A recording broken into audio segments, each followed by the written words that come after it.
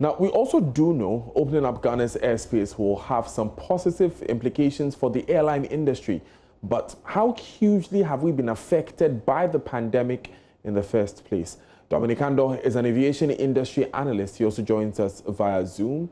What was the situation before COVID, and how have we been vastly affected, Mr. Ando? Hello, hi, good afternoon. Before COVID, and how have we been affected? 2019 was one of the highest grossing year for the industry, especially in the light of the year of return. The airline industry raked in a lot of money. However, when COVID set in and then borders were closed somewhere in March, between March and June ending, international airlines had lost almost $400 million in potential revenue between March and June ending. With the extension of the border closure between June ending to possibly what we expect September, it means that airlines are going to lose approximately $200 million more in potential revenue, because averagely they gross about $100 million in potential revenue. I'm talking about international airlines. This also affected domestic airlines when the border was closed somewhere in March, April. However, it was opened.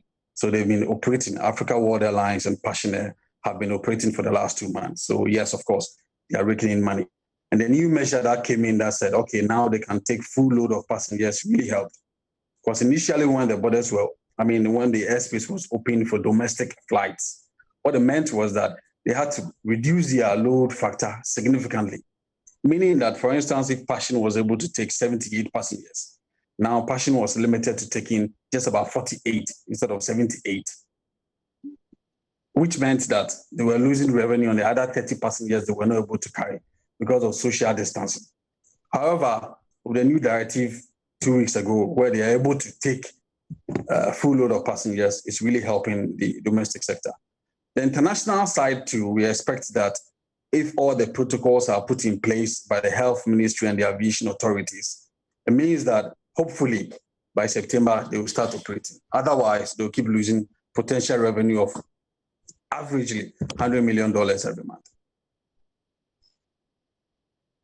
To end even after reopening, right? Because we know that after 9/11, Mr. Ando, it took 3 years for airline capacity to be restored to full. That means that the flights were taking off, but the planes were not full. To be sincere with you, with this current pandemic, we don't expect the industry to recover in a year or two. In fact, Lufthansa Consulting estimates that this will be over somewhere 2024 for us to return to pre-COVID load factor levels, which means that for us to re-attain what we did in 2019, we're looking at somewhere 2024 to get to that level again. IATA, which is an association of airlines, international airlines, also estimates that the aftershock of this current pandemic will last for the next 2-3 years, which means, yes, the industry will recover gradually, but we expect to hit the 2019 figures somewhere in 2024. Now, Mr. Ando, also we find that after this major shock that was 9/11, it took 8 years, according to the Wall Street Journal, for the airline fare, the air ticket fare, to be competitive again. What would your advice be for local players? Do we cut down the pricing to encourage people to board the flights, or they try and save some money by charging at the same rate? Okay, there are two things here. On the domestic side, generally cost of operation for airlines are really high. The margins are very small. Imagine operating an industry where the margins are between 1, 2, 3, maximum 4% per annum. So for domestic airlines, yes, the cost of operation is high. We can't say they should slash fares, but we can do more to stimulate the market by doing other marketing activations or product activations or giving some freebies here and there, trying to stimulate the market generally to get people flying domestically again. For international, on the international market, they have to look at certain key elements. Pricing, can we work around the pricing? And the pricing can only be reduced where they're able to take full load.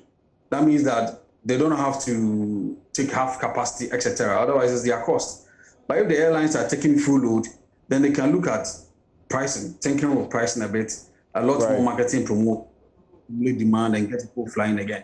The key here is that people they may be afraid to travel. Those who definitely travel are those who have to travel. People who have businesses abroad that they have to go and take care of, or people who have businesses here that they have to come and take care of.